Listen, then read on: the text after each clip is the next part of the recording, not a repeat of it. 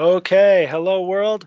It's been a long time since I had a guest here on Humans Having Discourse.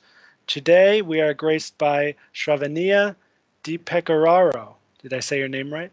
Oh, yes. Okay, excellent. So I met Sravaniya here in Hong Kong just a couple weeks ago at Krishna Janmashtami, a big festival here. We instantly hit it off talking about the so-called pandemic. And I thought we could have a great chat, and she can tell us all about her work. And but first, anything you'd like to say to introduce yourself? Me? I guess my name is Sravaniya, which rhymes with Mamma Mia, so it's not that hard to pronounce. And Sravaniya DiPecoraro, and I'm an initiated disciple of His Divine Grace A.C. Bhaktivedanta Swami Srila Prabhupada. I took initiation in 1971. I started studying yoga in 1969 in St. Louis, Missouri. So, let's see. And I took off going to different ISKCON temples all over the place. I don't know what you want me to describe. That's fine for just basic intro to start, I'm mostly curious how you ended up here in Asia. I think a lot of people are curious about that. I have my own curious story about it. So I know we talked a little bit about it. Did you first came to Taiwan? Is that right? No, actually, okay. Right, when I was in Detroit, I was pushed into an arranged marriage when I was 19 years old. And that lasted 2 years, and he renounced me in New York. So when he renounced me, I told the temple president, I'm leaving. And he said, where are you going? And I said, Juhu, I'm going to Bombay. So I went to Bombay because I had met Paliga, Srila Prabhupada's cook. And we hit it off really good. And so I went to stay in Juhu for a while. Prabhupada was there. And Kaushalya Dasi took me over to Jaipur and to the Krishna Balaram Mandir. We were there on opening, way back then, in 1973 or 74. And what else? Let's see. So that's that. And then I was in Juhu, and I had to. It was the temple president of Hong Kong wanted to leave. Panchavita Swami wanted to go and do something else. So I met a new partner, and that husband was asked to go to Hong Kong. So I went with him. And I loved it. I loved Hong Kong. It was great. Stayed for a couple of years. And then went back to the States. But I was so attached and attracted to Hong Kong and China that I learned Mandarin in New York City. So I took the course in Mandarin and ended up back in Taiwan in 1983 and stayed for 6 years and then came to Hong Kong after that. And in the meantime, so it's a bit like that. Temple. Cool. Yeah, I had the same kind of attraction and attachment coming here to Chinese culture, Chinese language. It's actually kind of hard to get away from it now that I've been here a while. And so I noticed you're also an author. You've written a bunch of books. You do other courses, and you're an astrologer, so you do readings too, right? Yeah, I learned astrology by myself over here because I got divorced in 1986, and I moved back to Hong Kong by myself in '89. No friends, no family.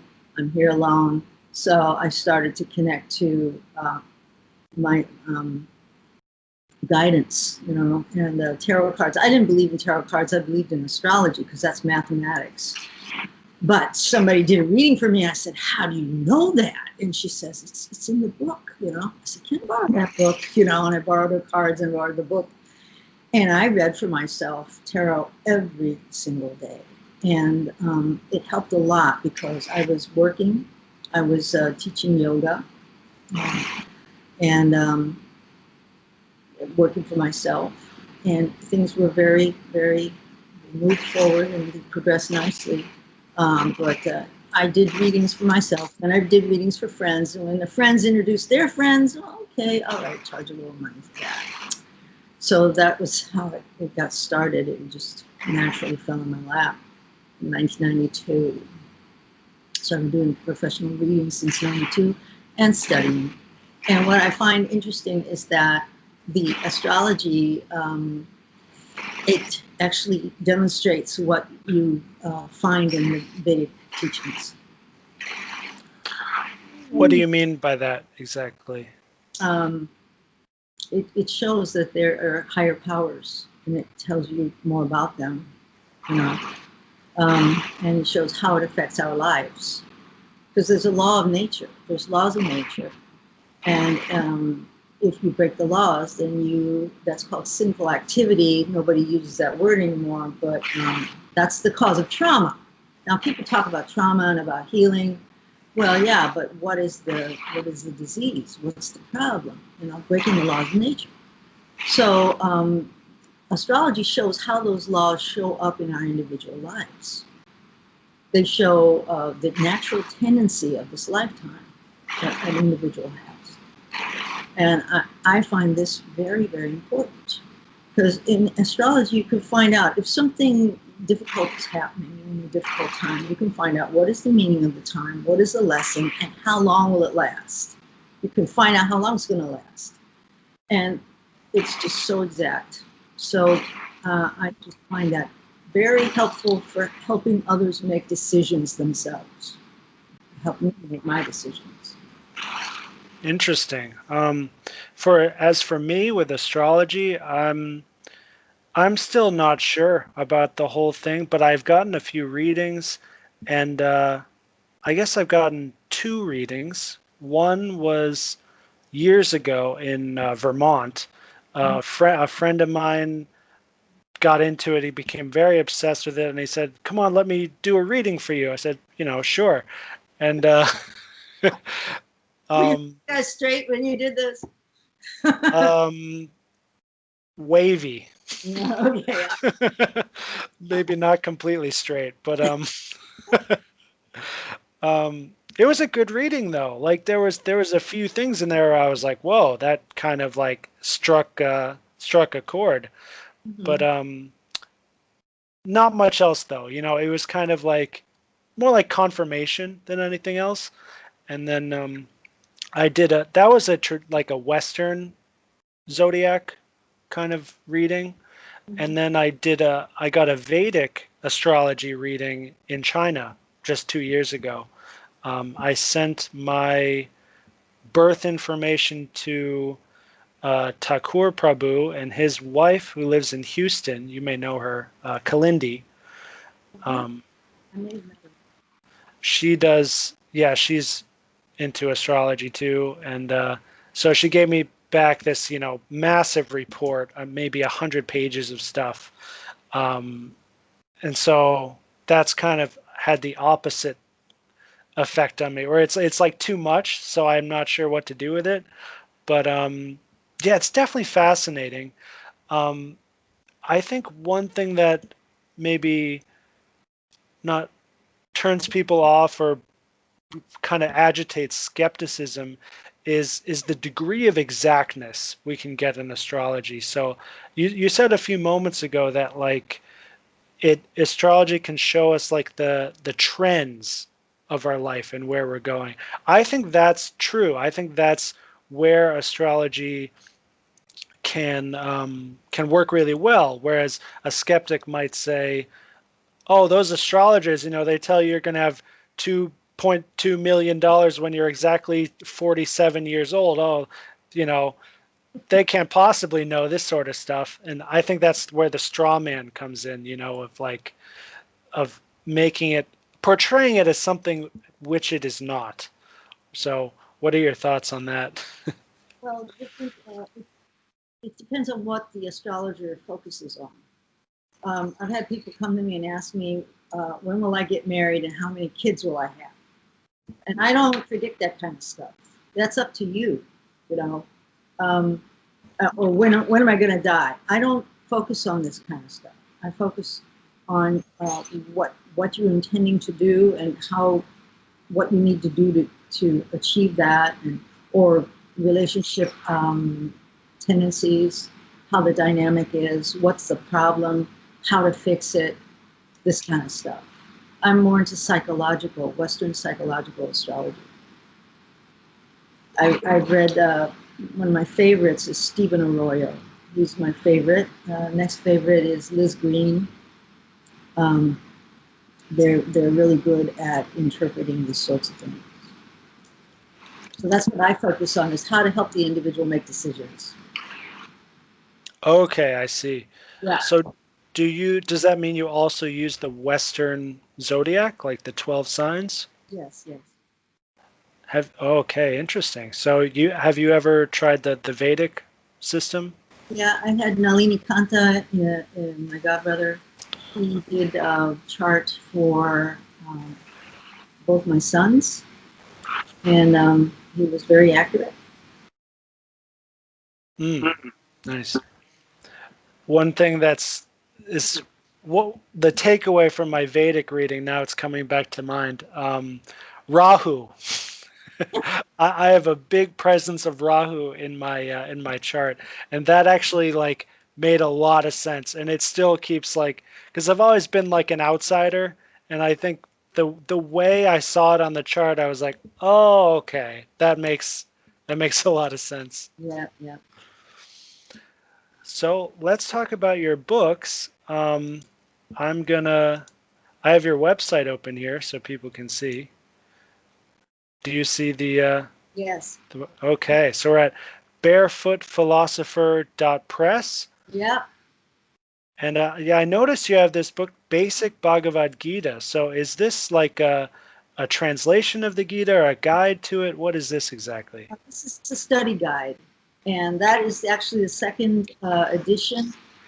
The first edition we published in 2004, and I self-published this.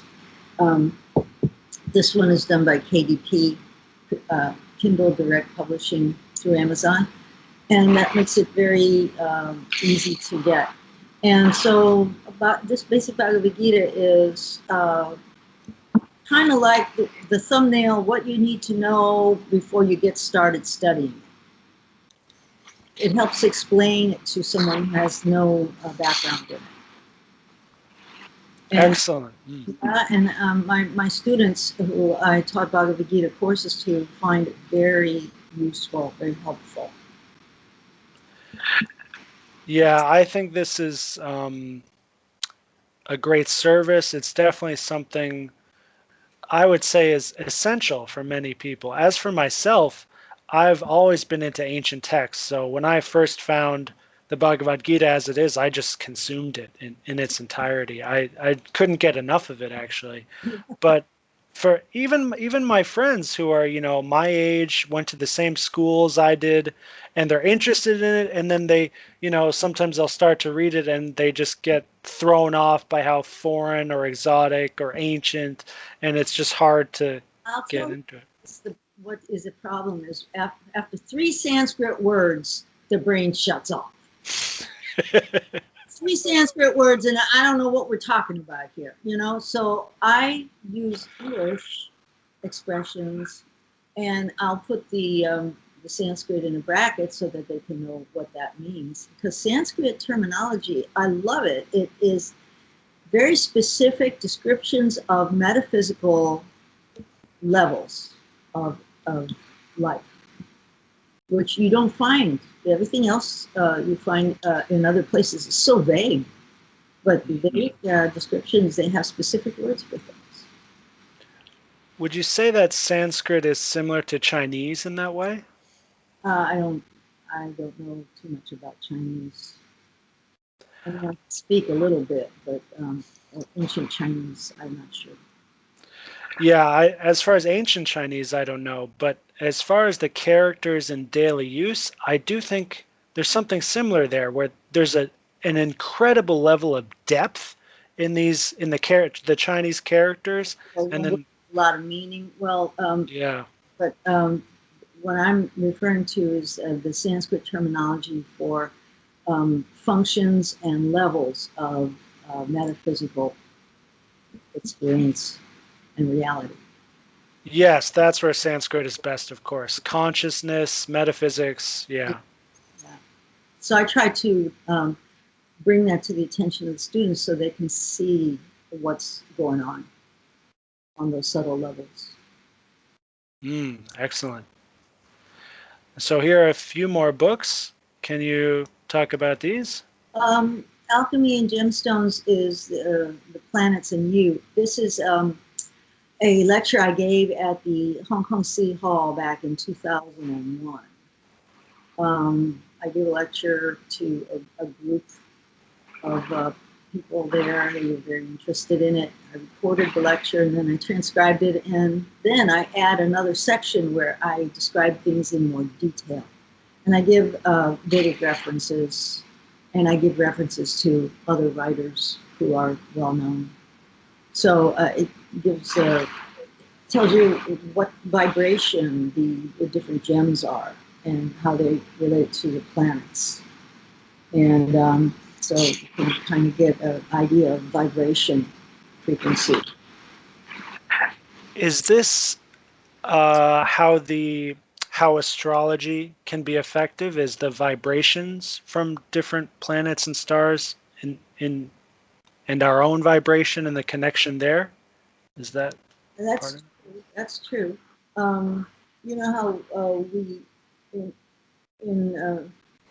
we understand that there are different gods and different planets. When the gods influence your life, they don't come in front of you with a sword and a shield and threaten you. You know, when the gods influence your life, they do it through your subtle body, your mind. They do it through that, and that's what the planetary influences are. Everything is matter and spirit. Spirit is the thing that takes action through the material energy. Matter can't work by itself. You know. Yes. Yes. A machine will not run if somebody doesn't touch the button and turn it on. You know, it won't run. Yes. Versus like that. We'll definitely talk more about the subtle body. Alchemy is really interesting. That's a rabbit hole I haven't gone into yet. Ancient teachings, modern perspectives. What kind of subjects do you go through here? Oh, those are my observations when I was a yoga teacher, and these are just essays that I wrote about different subjects. Like I had one article in there, Caring Carnivores. You know, it's about being vegetarian or not, how important it is, and this idea that it's not important. You could eat meat and still be a really spiritual person, you know, but not according to Bhagavad Gita. That's tamaguna, and that's not the level of sanity. So anyway, but I do it in a very light-hearted manner, and I also have a friend of mine, Barbara Dudman, who is an activist for animal rights, and so she wrote something in there as well. So I included that. It's interesting. It just makes you think. I don't try to tell people what to think. I try to tell them what I think and give them some references, and then they can figure out what it is they think, and according to the references, which are Vedic, does my does my viewpoint correlate with this, or how is it different? You know, it starts the wheels moving. Because it's important. We are responsible for what we do. We have to face it. So we need to have information so we can make good choices, not just be dragged around by our senses. Yeah, if the way I see it is like, if I'm going to be dragged around by something, let it at least be a higher something and not my little animal senses. You know, I've observed that the senses are like bosses that are never satisfied and never give you a day off.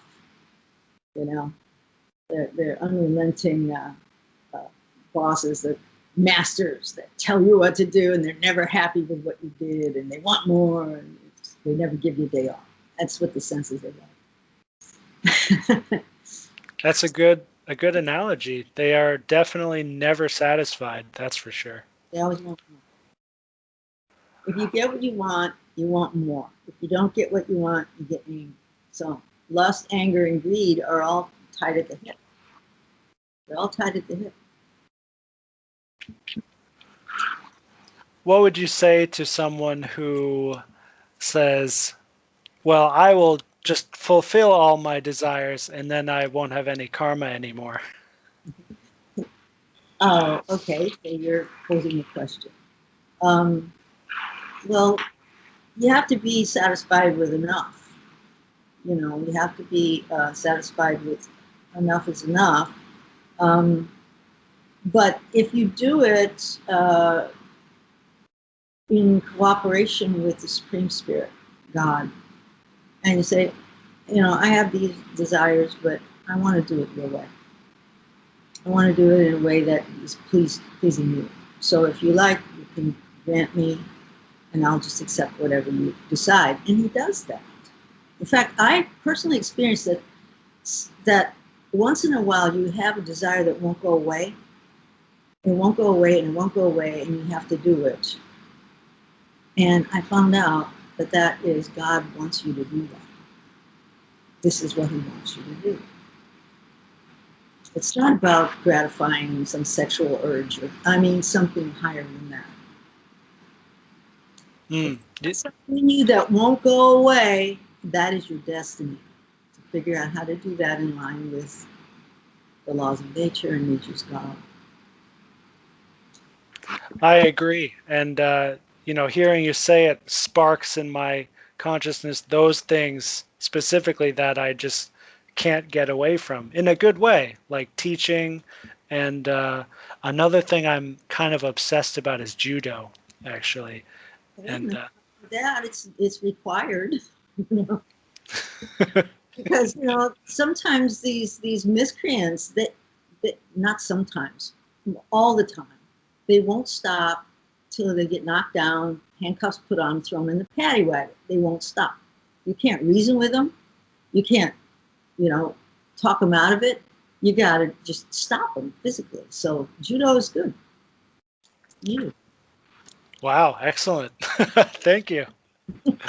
I'll tell a quick story about judo. The last time I did judo was in New Zealand. I met a black belt just staying at the hostel where I was, and I said, "Hey, let's go spar. Let's go find a spot on the ground." And we did, just right outside the hotel. We gathered quite an audience. I bet you. Yeah. What was going on? And that was my first time doing judo on the grass, which I thought would be nice because it's kind of soft, but it's not. It's pretty hard. Okay, I get it.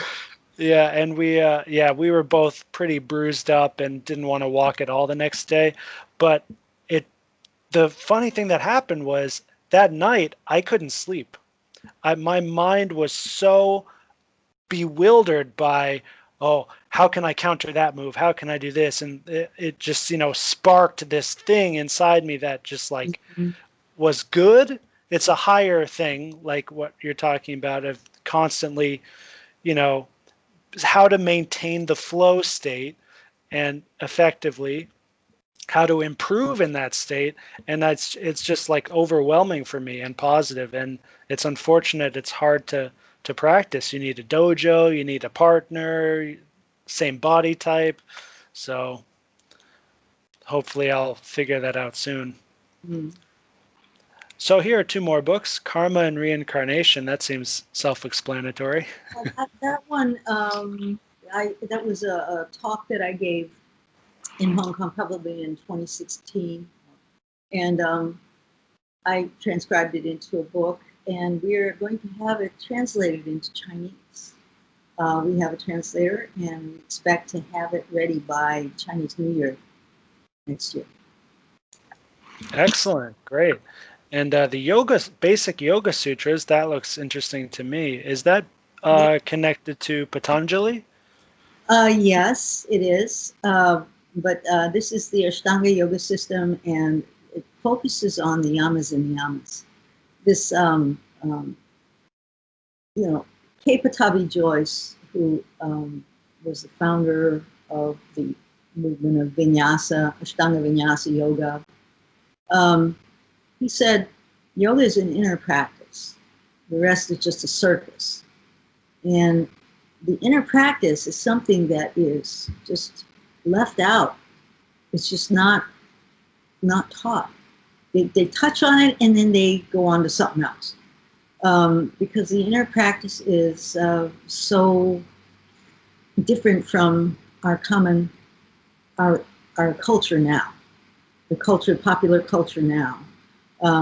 It's almost antithetical to it. Because the popular culture now is you are this body, enjoy, but the yoga culture is I'm spirit, I'm not this body. And so there's different reason to do different things. So yama niyama are the 10 commandments of yoga, basically. And the Ashtanga system starts yama niyama asana. Asana is third. Pranayama, pratyahara, dharana, dhyana, samadhi. Some more Sanskrit words, but the yama niyama comes before asana. It's the inner practice. So it's ethics and morality. And I explain in very easy terms why that makes sense. And what happens if you do the opposite? There's trouble, the kind of trouble that is caused by it.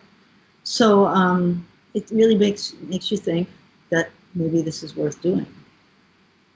So I Basic Yoga Sutras, it's not for scholars, it's for everyday people, written in their own language. Cool, and it focuses more on the inner side of things. Yes, it does. Yes, it does. But it does cover all the 8 limbs of yoga. Just explains them, but the main important thing is controlling your mind and body. If I'm the spirit within. If I control my own mind and body, that is character. If I try to control someone else's mind and body, that is evil. That's the definition of evil. I'm trying to control your mind and body. Unless they happen to be your child, then that's for their own benefit, because they don't know what to do. You see the difference? Totally, yeah. I love ethics. That's one of my focuses. And yeah, especially in recent times, I've been thinking much more about evil and what evil really means. So the loose definition I use now is like evil is pushing your vice onto someone else. So if someone is like they're trying to control their body, their mind, and they just kind of not very good at it, they make a mistake and they go, oh man, that sucks. I think that's not evil. That may be bad, but it's not evil. But if someone says, oh, what I'm doing is bad and you need to start doing it too because that's good, that's where the whole world is inverted, and that's evil. And wicked is even worse. Wicked is wanting to see someone else suffer and laughing at it. That's good. Seduce someone to do things that are bad for them, knowing that they're bad for them, but they don't know. That's really wicked. Yeah, yeah. That word wicked is like, it's funny, like the what it stands for is worse, but I think in English we hear the word evil and we immediately, at least I think of like concentration camps and like death chambers. Like I typically jump right to like the worst possible thing. But I think there can be small evils, tolerable evils, big evils, insidious evils, in your face evils. That's what cowardice is. You tolerate something that should not be tolerated. Yeah, yeah. So you've also got some audio things Yeah. here on your site. I haven't listened to these yet, but they're all free, right? Yes. Okay. Anything else you want to mention? Um, well, I did some courses, which were Yoga Alliance certified courses. And I gave out certificates to the participants. It was a guided study courses, and they went through Bhagavad Gita and they went through Yoga Sutras. We haven't done Srimad Bhagavatam yet, but I've got a book that I've already written, and we're going to publish it next month. It's about some excellent stories from the Bhagavad Purana, which are dramatized. They're written in such a way that it's very dramatic. And I followed the Bhagavatam as much as possible.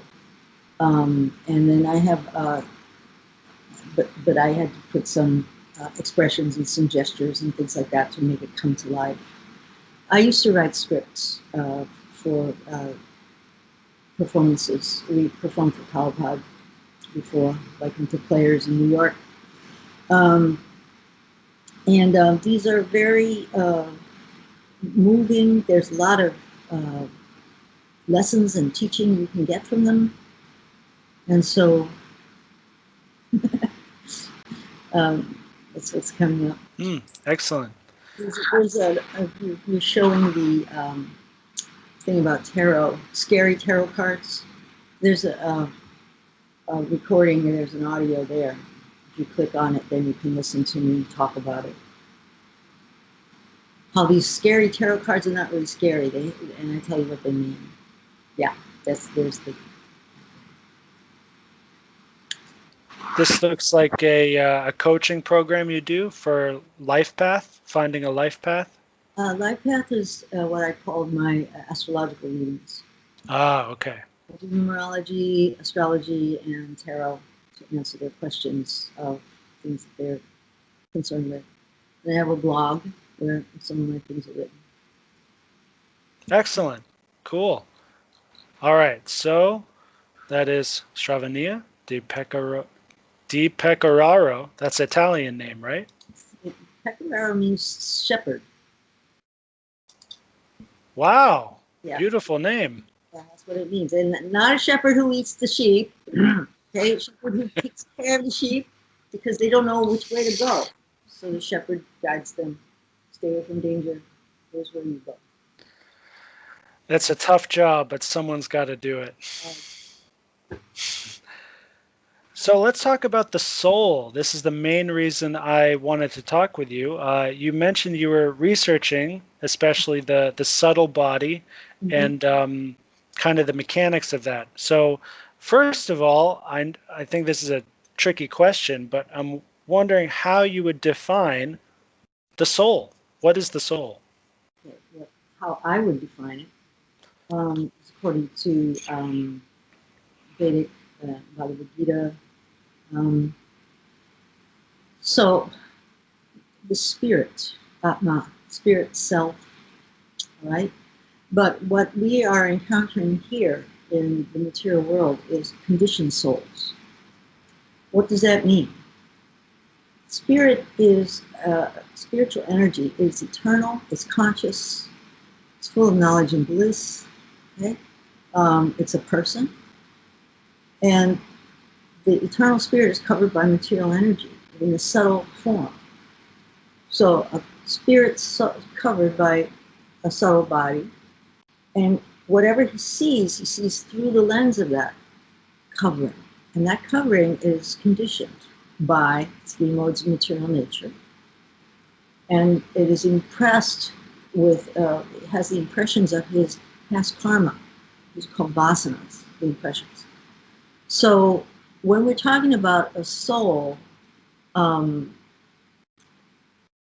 would point out that there's 2 levels, spirit and the covering. Now, sometimes they call the covering a soul, sometimes they call the covering psyche. Sometimes they call it chitta. In Sanskrit, it's called chitta. All right, and that covering has waves created by different things, and those waves are called vrittis. So the first sutra, Yogas Chitta Vritti Nirodha. Yoga means to stop the waves in the chitta, the covering, stop the waves. Right? That's what it says. So when the living entity, the spirit, identifies with this covering, and it's almost like a virtual reality, like a video game or something. Oh, oh, I won, yay! No, I lost. And it's all happening in the subtle covering, in the gross body, in the field of matter. So the spirit, I call it spirit, and in the Bhagavad Gita it's called Atma, self. Jivatma. Jivatma, Jiva means alive, right? But Jiva means the individual living entities. Paramatma means higher living entity, the higher self and the individual small selves. So there are different categories of spiritual, in the spiritual plane.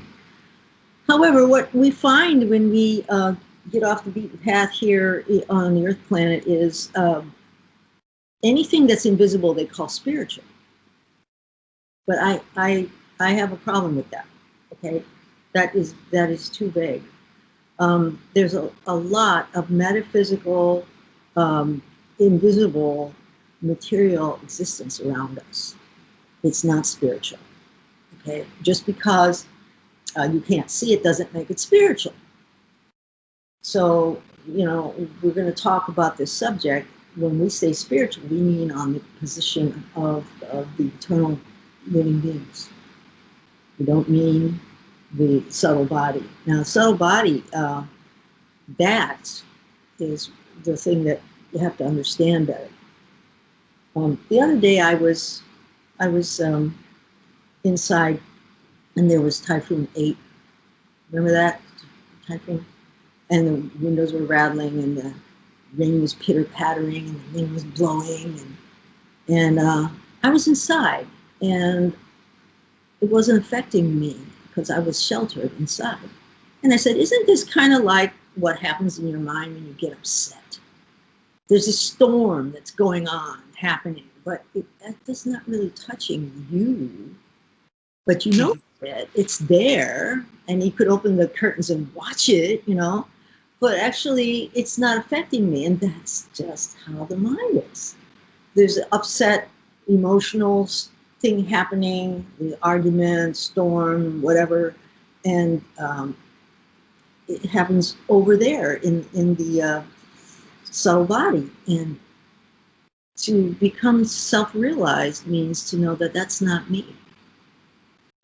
I'm not my mind, and I'm not my body. Now, when I was in the temple, I used to hear all the time, you're not this body, you're not this body. Yeah, not this mind either. Hello. You're not this mind either. That needs to be understood. So how can I identify myself, and how can I identify what's going on in the mind, and how do I deal with it? Well, that's in Bhagavad Gita. Yeah. And the Yoga Sutras talk about how to deal with it also. Right. So the Yoga Sutras, it seems, are really dialed in towards that kind of filtering metaphor you used of uh, like cleaning the filter around the soul, so that instead of, well, first of all, instead of attaching ourselves to this material subtle body covering, we first detach, and then we clean it so we can see through it. And when we see through it, That's then we're what niyama is all about. It's cleaning it. Yama niyama is for cleaning that lens. So you come to the platform of goodness, and then you can see things as they are. But that's not the complete thing with yoga. All right. The yamas and niyamas end with Ishvara Pranidhan. Ishvara Pranidhan, surrender to God, surrender to the Supreme Controller. That is the last niyama. It's not just one thing you could try, it's the main thing. Let's just imagine you buy a ticket, you get your bags packed, you get to the airport on time, you're sitting in the lounge, and you don't get on the plane. You don't leave. What if you don't get on the plane? What are you doing all that for? So my point is that if you don't do Ishvara Pranidhan, what are you doing yoga for? It's like you're sitting in the airport and you don't go anywhere.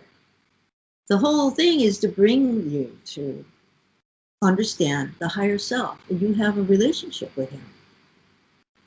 An eternal, loving relationship. And that's what Prabhupada taught us. And this needs to be understood, but you can understand this. You need two things. Got to come to goodness, okay? And you have to want it enough that you get invited.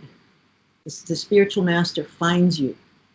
I was 18 years old, and I was listening to Ram Dass. Ram Dass was saying how you have to have your guru, you have to have a guru. And I said, how am I going to get a guru? I can't go to India. I'm sitting in St. Louis on my sofa. I can't go to India. How am I going to find my guru? My guru found me. You know, he came to Boston, and he came to New York, and he gave me initiation from London by post. You know, got initiated by post. It was great. So the spiritual master, he told us, go find more, share this. He called it preaching. Share this.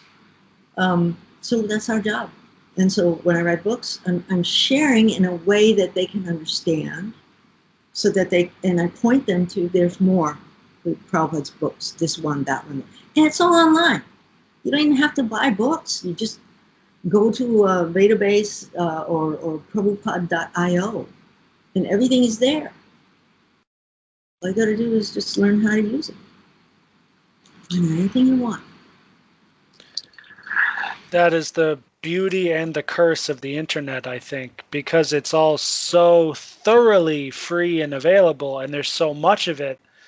The skill these days is actually not only finding the right sources, but knowing when to really stick with it to the end. Yeah. And most people, especially in the West, are just dabbling. They're dabbling for most of their lives, and then they try again the next lifetime. Guys, see this? That works. See this? He's describing this. Remember, even Lord Jesus Christ, when he would heal somebody, in the Bible, every time he healed somebody, afterward he said to that person, now don't sin again. In other words, don't make the same mistake you made that got you all messed up like this. Don't mess it up again. Jesus said, don't sin again. I don't hear that very often, you know, when I hear talk about Jesus. But he made the point. Don't do that again. One thing took me off guard, not off guard, I don't know what the right word is. Just something that jumped out in the first definition you gave of the soul is that the soul is a person. So I know that the soul is part and the jiva, the atman, the individual soul, is part and parcel of the supreme soul, God, Bhagavan, right? And God is a person, but so in that sense, it makes sense that every soul would also be a person because it's part of a person. But how does that compare with souls and animal bodies, insect bodies, tree bodies? They're all people in there? Yeah. Yeah. They're in a state of forgetfulness, and there's 8,400,000 species, and they go up. They take the next one and the next one and the next one and the next one. And when you can't understand God unless you get a human body. Then you can understand. But not everyone wants to understand. They want to just do what animals do: eat, sleep, mate, and defend. So they're no better than animals leading an animal life. But if you take advantage of this and you try to understand and go to authorized sources, go to good sources, ask questions, and then try it. It works. That's the thing I love about this Bhakti Yoga and this. It works. It's the science of self-realization. You do it, it works. And then the science of God realization is even better. And it works. So it's stunning. You need faith for about 2 weeks. If you start doing this Bhakti Yoga process, chanting, hearing, and etc., offering your food, you only need faith for about 2 weeks, because then you start seeing the results and you go, this works. It's really amazing.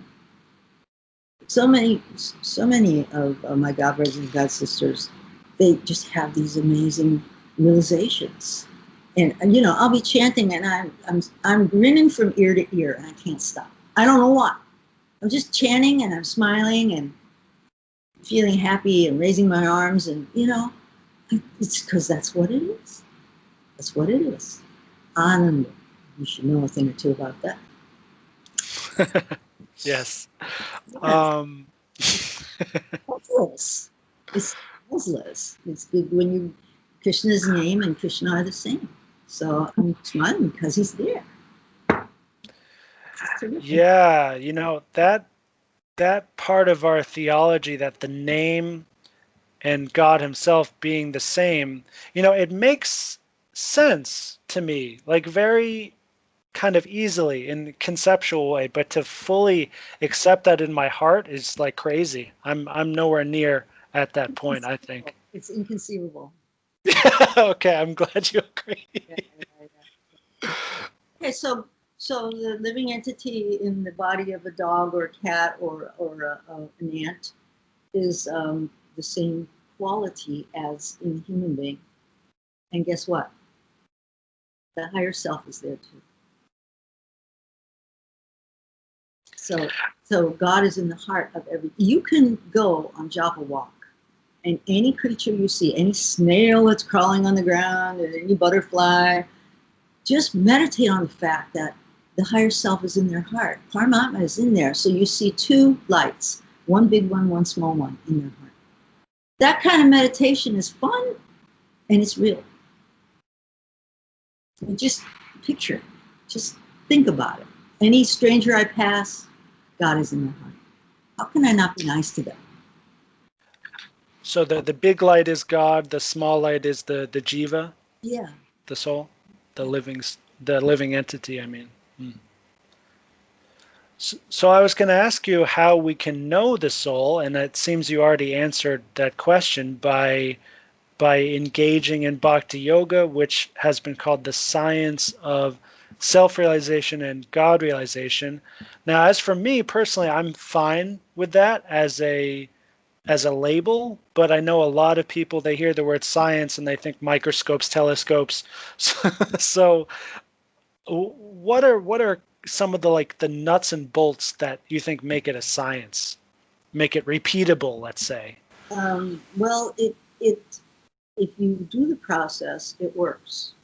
Okay, you have, let's say you're chanting, and you're hearing scripture, and then the next time something goes wrong and it's about to be an argument, and then you don't get into the argument because you realize that this is just something happening in my chitta. There's some dvesha vrittis, some reject repulsive waves. There's raga and dvesha. Raga means I want, and dvesha means I don't want. And so you're having some of these dvesha vrittis, these waves that are, oh, I don't like this, I don't want this, You see that is happening in the mind, and you don't get into it. Or you see somebody else is having this problem, and they're pointing at you, but you're not doing anything to them. It's in their mind. So you don't hold it against them. They're going through what they're going through. And you just, So, and how did I get here? How did I get to this kind of a realization? It must be from chanting my rounds. And this realization you're referring to, which I think you and I both have to some degrees, would that be called buddhi? Buddhi. Buddhi. Okay, so now we're talking about physics of the subtle body. Okay, the subtle body has three main functions: manas, buddhi, and ahankar. Now, buddhi is the intelligence. They're very different, and I read about this in my books. And so manas is the level of mind that forms concepts, makes connections, puts together plans. It accepts something and then it rejects it. On the mental platform, the platform of manas, there's no morality. Okay, 1 second it's accepting something as okay, good, and then the next minute, wait a minute, then this happens, and then no, and it's fickle. This level of the mind is fickle, manas. You'll be talking to somebody, and there's a pop-up in your head that says, hey, you remember that you went there one time with so-and-so? That's manas working, okay? But so what you need is intelligence that can make moral and ethical judgments. That's what you need, because you're going to be responsible for your actions, so you have to choose your actions wisely. Choose after discernment. It's the buddhi that can think. If A is B and B is C, that means A is C. If doing this leads to realization, then it must be good. If doing that leads to addiction, then that must be no good. So it can discern what is right and what is wrong, and it needs to be cultivated. But guess what? Nowadays, the word judgment is not a good thing. The word discrimination is not a good thing. And guess what? Those are two functions of the intelligence. In other words, we're discouraged from using our intelligence. How you do? Don't do. Just do what we're doing. Yeah, I had a close encounter with this recently. I had to sign something from my online English teaching company, and it said it doesn't really apply to me. It's for their community forums, which I never go on, but it said absolute zero tolerance policy for discrimination. I said, okay, I guess we can't be intelligent in our writing anymore. So is buddhi, is that what you would call character? It's helpful, but my understanding of character is when I control my mind and body, and buddhi is a mechanism for that. You have to have buddhi in order to control your mind and your body. Just like here you are, you're in yoga class, and your mind goes, oh, I'm thirsty. She's keeping us in downward dog so long. I mean, like, this is just too much. So I'm thirsty. Your mind wants you to stop the asana and pick up your plastic bottle and drink. Okay. The Atma within, using the intelligence, hey, wait a minute, we're not doing it. Get over here and I'm trying to do downward dog. Okay, just be quiet for a minute. So that's discrimination. That's not what we're supposed to be doing right now. Okay. Another thing that I've noticed in yoga classes is a student will come and they'll do something another teacher taught them. When I'm telling them to do it like this, they're not trying what I'm saying. They're doing what the other teacher taught them. And there's no intelligence thinking, I'm not going to learn anything. Why am I here? You know? So that's sort of discrimination. Oh, we're in this class, let's do this and see how it works. Or maybe the teacher might be put off and not like me if I don't do what they're saying. You know, they don't think like that. They just, yeah. So intelligence is useful.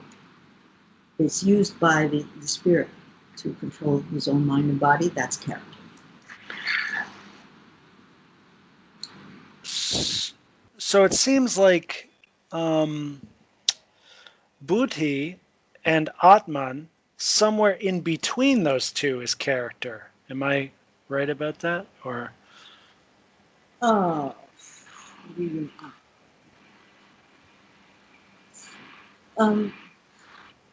is something that Atman uses. Okay, but the ahankara, the false ego, it can cause problems because it can interrupt the buddhi, even. It can interrupt the intelligence. False ego that identifies with a tribal group or identifies with a nationalism or, it's false ego bodily identification, it will stop, interdict the buddhi from doing its job. So that false ego has to be dealt with. it seems like false ego causes more problems than it solves, but it's all like, but at the same time, there must be, a very critical reason it's there, which I think is to protect the self, right? Oh, false ego is it's the knot that ties us to matter. Ego is identity. False ego is misidentifying. Real ego is, I'm the servant. Service is my nature. Either I'm going to serve those masters who are never satisfied and never give me a day off, or I'm going to serve a really sweet master who just loves me to bits. That's Krishna. He knows, he feels worse about our suffering than we do. That's why he keeps coming after us. Yeah. So this, when that service attitude is taken away from serving the physical senses, and it's turned towards serving the higher self. And I'm not my higher self, and I will never become my higher self. The higher self is my best friend. And we have an eternal loving relationship. That's the whole deal. So higher self, as you're using it now, means Paramatma, right? Yeah, it means the Supreme Lord.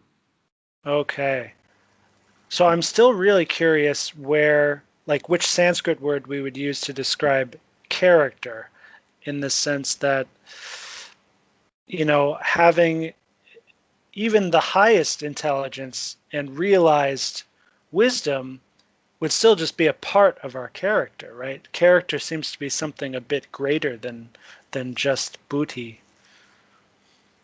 But it's not pure Atman, right? Because character is something we cultivate and improve, but the Atman is perfect, right? Perhaps what you're thinking of is expression, proper self-expression. Because what is the point of being a self if you don't express it? Right?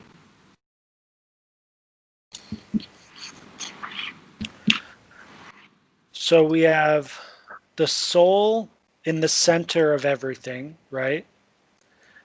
And I'm especially curious what is kind of what is just outside the soul but just inside the subtle body? Meaning, is this a what's that word? Osmosis. What's the osmosis like between these two aspects here? The spirit and the subtle body. Yeah. Well, the spirit is pure, but it's covered by a subtle body. Now, the thing is that Patanjali's Yoga Sutra says yoga is to stop the modifications or waves in the mind. Actually, Kapila Dev's a little bit more harsh. Kapila Dev says that the subtle body needs to be cut off with the sword of detachment and knowledge. Anudhyasana. Okay? So he says that ultimately that subtle body is cut off. Now, in other places I've heard that it said the subtle body is dissolved. But in any case, it is discarded, okay? Because we don't need it. We don't need that subtle body. That subtle body is only required for you to enter into the atmosphere of a globe within the material world. And in different globes, the subtle body is different kind of fine substance so that you can live there for a short period of time. But I compare the subtle body to software to access the hardware of the physical body. So the chitta is the software, and the body is the hardware, and the Atma is the user. Atma is the user who touches the. Now, if software gets infected, you've seen this, that the software will act by itself. It'll turn the machine on and turn it off, and it will do this and do with that, and you can't do anything about it. It's acting all by itself. That's tamaguna. That's the mode of ignorance. It's when the Atma has he can't do anything about it. That's when it's really infected. So these modes of material nature, different levels of infection. And in the mode of goodness, it's very, very light covering, very light contamination.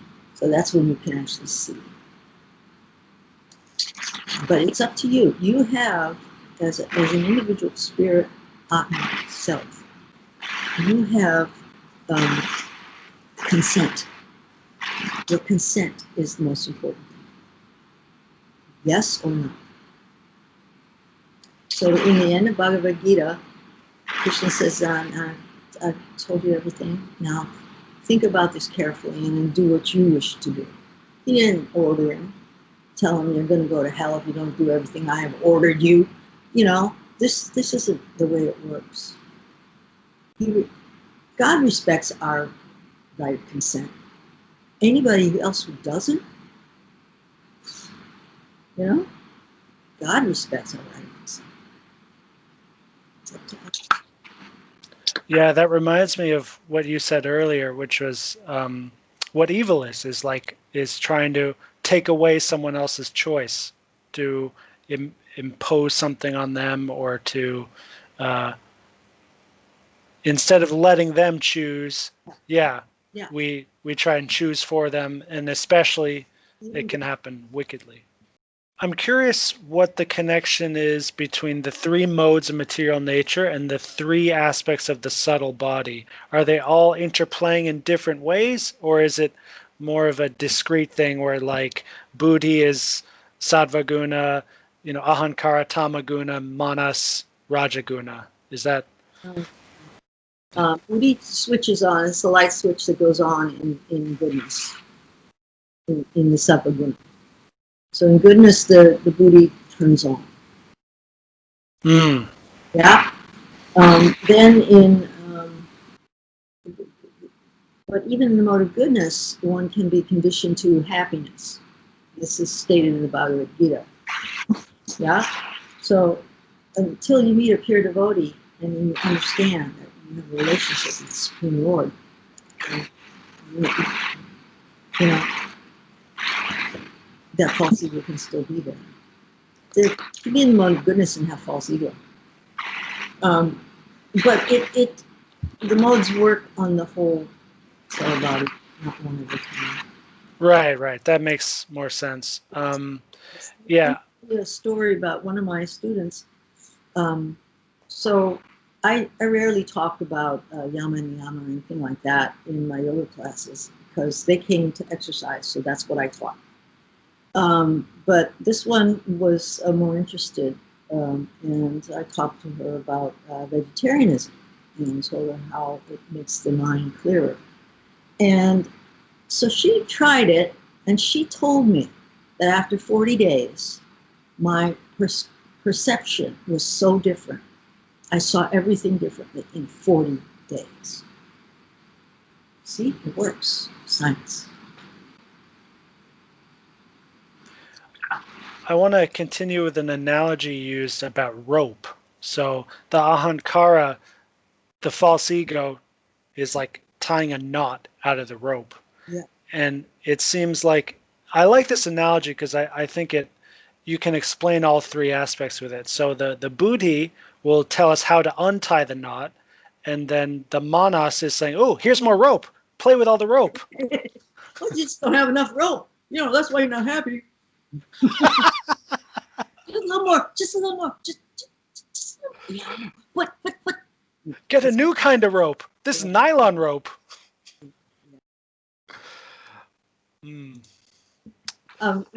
Actually, the manas, the aura, not every thought in the mind is true, okay? And not every thought in your mind is yours. You get that? Especially with intoxication, that the other living entities who are nearby, they're all around us. You can actually hear them. And some of them are really nasty. And they tell you, certain people kill themselves because the spirits nearby are egging them on to do that, making them think that they're the ones thinking that. It's pretty heavy.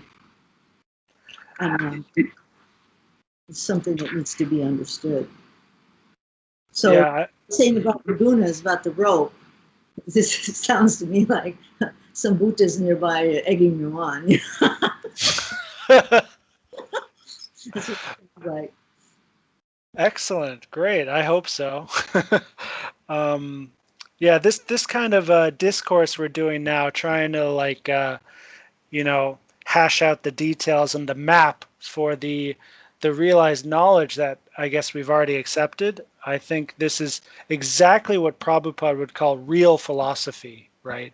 As opposed to mundane speculation where we just kind of, like, for example, with what you were just talking about, like schizophrenia would be like the classical medical term for someone who hears a voice and then they kill themselves, or kill someone else. Yeah. Something really crazy. Yeah, and this kind of thing should be understood, but it's not talked about. Right. So I think the problem with everything I've learned, in most of what I've learned in psychology, especially as a major in it, is we have these little diseases, and we know which part of the brain it affects, and we can put in a little drug to reduce the symptoms, but we have no concept of the outer system in which it's a part. So, and yeah, if instead we see it as, okay, there's three modes that are happening all the time across every dimension, and then also the three aspects of the subtle body, now we can start to see, okay, maybe that voice in his head is coming from this particular place, and then, I don't know, work with it like that.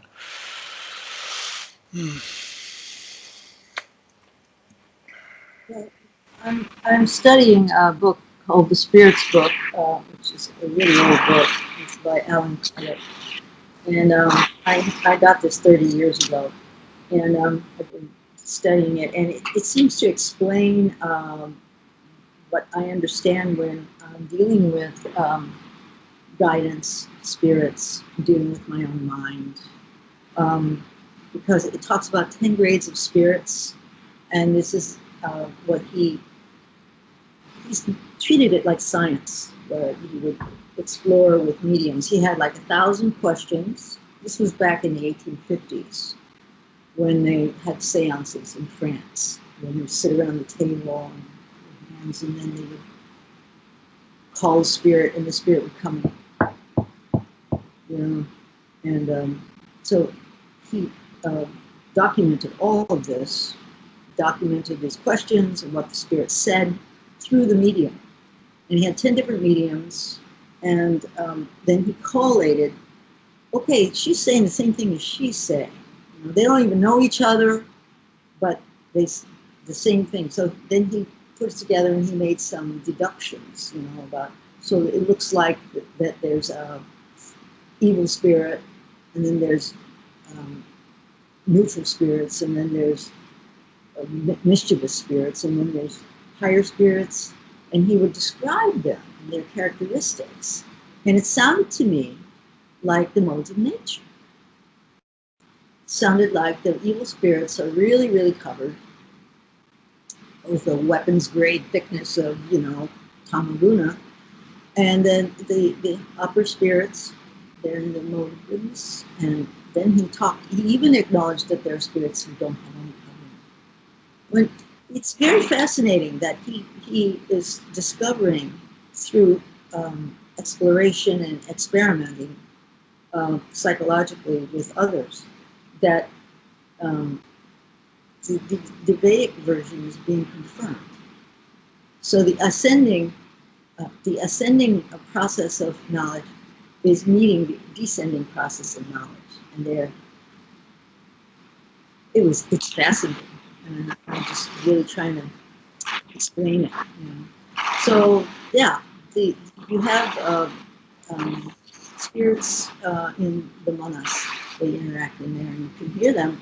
But if you hear something that is wrong or bad, you know, like it says something nasty that you should do to this other person, it makes a suggestion, do that to them. Throw it out.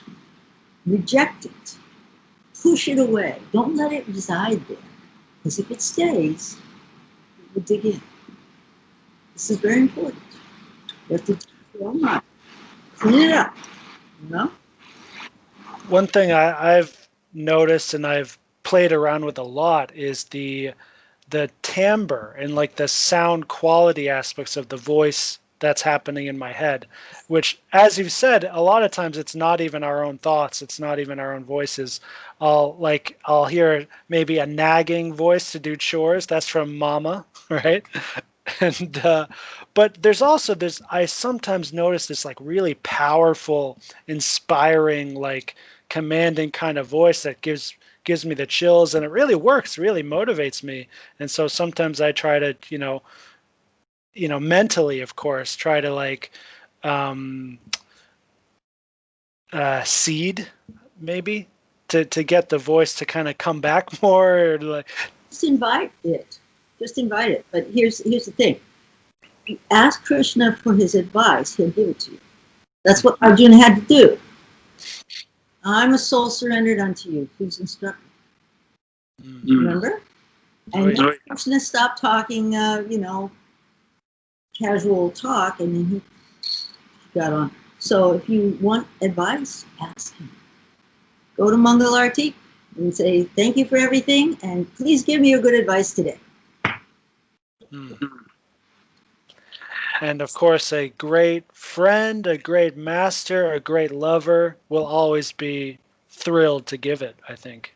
And it was funny when I was in the temple, and I would study Bhagavad Gita. I would read the verses, okay, and I would kind of memorize them. And then I'd be doing some activity, some little task or service, and from out of nowhere, that verse would come up. A verse would come up, and I would hear it, and I'd go, yes. And it seemed pertinent to what I was doing. And then so I would hear it, it was kind of a certain vibe.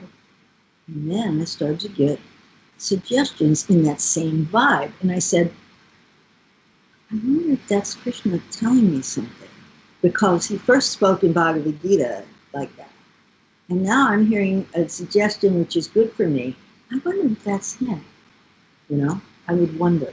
And now you just ask him, you'll know when it's him. Yeah, I think he well, part of this is the mechanics of it, right? Where like like the universal form that he shows Arjun, which is like there's so much death and like there's just like we as jivas we can't handle it. We don't have the ability to process this sort of stuff. So even for a pure devotee, like Krishna is probably not going to be, saying giving the full volume of his voice in a very direct way. So he's going to prefer to send us a message through a bird over there or through yeah, I get lots of messages from sounds like that. um, I'm curious, what is an aura? An aura is the subtle body. So the totality of the subtle body is expressed physically as an aura? Yeah. Yeah. Ah, okay. Permeates your gross body. Yeah. And it's in that subtle body that all your karmic impressions are. And there's three kinds of karma, not two, not good and bad karma. It's karma that is in stock, which is like a big warehouse of karma from all past lives. It's waiting. That's sanchit karma. Then there's impressions that I'm creating now in this life that will be acted out later in other lives. That's Vartaman karma.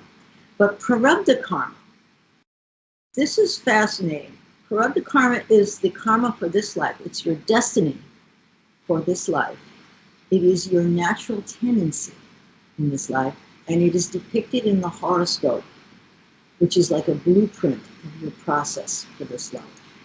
It shows what's in your toolbox, what kind of facets of your personality are there, shows what your karmic debts are, what kind of challenges you'll meet, shows what your talents are, these karmic credits, things you've done good, and it just lands in your lap because you earned it, It's all there. And prarabdha karma, the horoscope is prarabdha karma in a visual.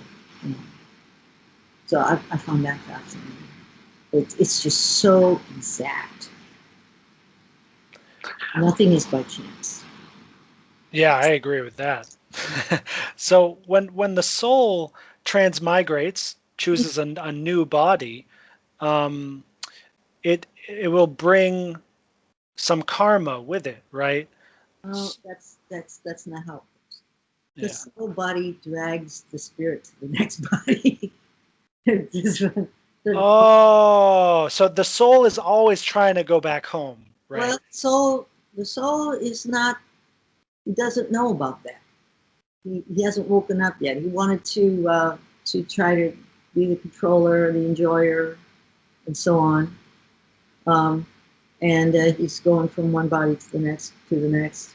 And if you read 6th canto, chapter 1, the Yamadutas are talking to the Vishnu Dutas, and they explain precisely how the subtle body drags the Atma from one body to another, to another, to another. This is, they're talking about Ajamil. So the 6th canto, chapter 1, gotta check it out. It's really, really good. Okay. Yeah. Is there a snapshot summary of it you can provide us with?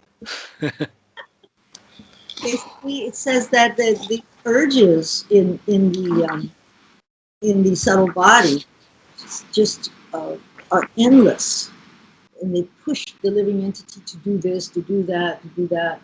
And so I'd like to point out that if I'm not my mind, the urges of my mind are not my urges. If I'm a spirit and my mind has some urges, I'm not my mind. So it's up to me to decide whether we're going to do that or not, you know. So the urges of my mind are not my urges. The urges of my body are not my urges. Yeah? But those urges never, they'll calm down if you don't do anything about it. But have you ever noticed that if you have an itch and you scratch it, it itches more? Have you noticed? Sure. Yeah. Okay. So, but if you don't itch it, you don't scratch it, it won't itch. It goes away. That's how urges are. You have to think, what is my duty? Is this in law of nature? Is this my duty? Or is this beyond my duty in this life, depending on my situation? You can't transgress that. Otherwise, you get trauma.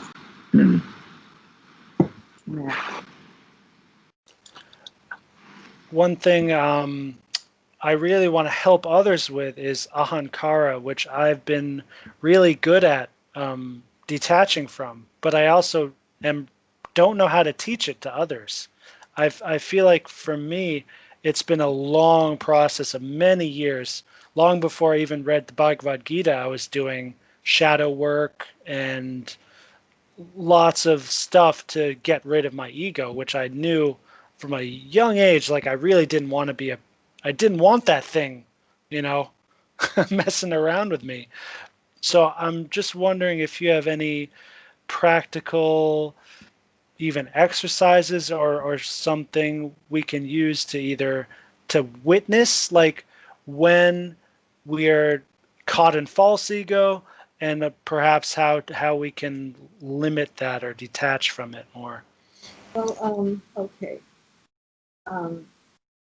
Bhagavad Gita, 13th chapter, verses 8 through 12, Krishna talks about real knowledge.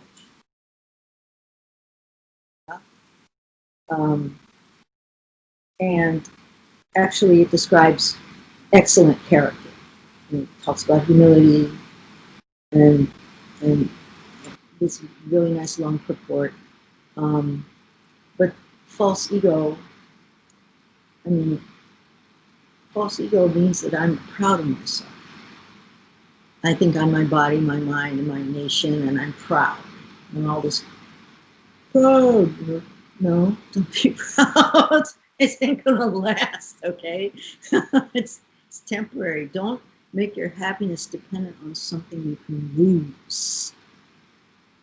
Yeah? So I recommend this 13th chapter, verses 8 through 12, as real knowledge. And that will help you overcome false ego. So have a look at that.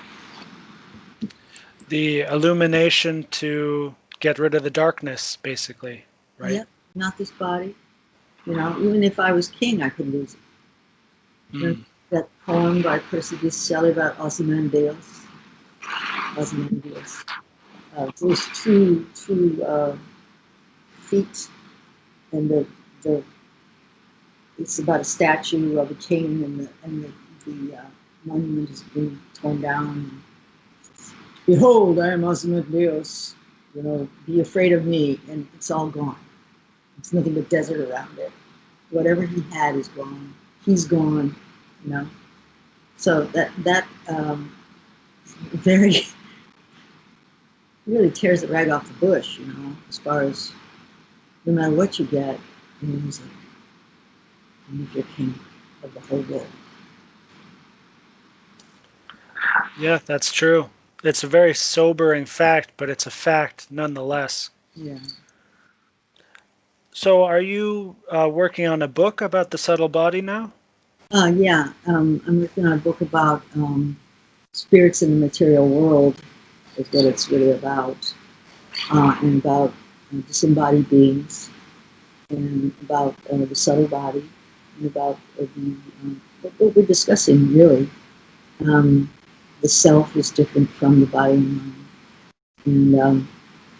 And putting together Alan Kardec's work with the mediums and the guardian spirits, guides, and so on, the information that he got and how it's confirmed. A lot of it is confirmed, so I put it together so we can know more about disembodied beings. Yeah, because it's just not talked about because they don't have any information really. They're not bringing it up. But I've always been interested in this sort of thing. It seems like this has been talked about a lot in Christianity, right? Like exorcisms, for example. Are those concerning disembodied beings that are, entering in someone else's body? That's what it seems like. The aura, but I don't know what they're doing as far as the exorcism is concerned. There are mantras that are chanted. You can protect yourself with a Nishina mantra. Hare Krishna mantra will protect you. Even just saying Govinda, Govinda, that'll protect you, from anything like that. But also, you can't walk on the wild side and expect to come back, Don't go walking on the wild side taking something you're not supposed to take. And the sad thing is that teenagers get into this kind of stuff from their friends. Their friends offer it to them, so-called friends, not real friends. And it's sad because peers. There's addiction and all kinds of troubles happen. So this is not good. Yeah, I agree with that. There's a serious loss of culture happening all around the world, I think. Well, this is the karmic shift. The Kali Yuga is like this. Now, for a while it was like that, and now it's going like this, at least for a while. So there's this big karmic shift, and astrologically, one thing about the United States, Pluto travels around in an orbit for 244 years. Now that's how old the United States is. So the Pluto is come back to where it was before. Pluto is the Lord of Death. Wow. Yeah. So there's this huge metamorphosis that's happening right now. Okay, and it could be that it will split into different countries, and part of what was the USA will maintain the Constitution and parts will not. They'll be run by others. It could be. That could be the transformation. I'm not sure. But there is a transformation happening. And you can look on my website. I have a blog piece that I wrote called Clash of the Titans. And it talks about some transits that are happening right now and how long they last and what they're like. Big shift, seismic shift. Just have to let it happen because it's karma. That means that it's supposed to happen. Different generations have different things that they deal with, okay? And we just have to go with it and make the most of it. Turn it around, offer it up to the Supreme. Go through it. Amen. So I'm not sure if I have any other questions. Is there anything else you'd want to talk about? Any questions, anything? No, I think I covered. If you want to hear more from me, just look at my books. Sounds good. Okay, thank you for your time. Sravaniya, Mataji, Hare Krishna. Hope to see you soon, and let's stay strong in these times, right? Thank you, everyone. We'll see you next time.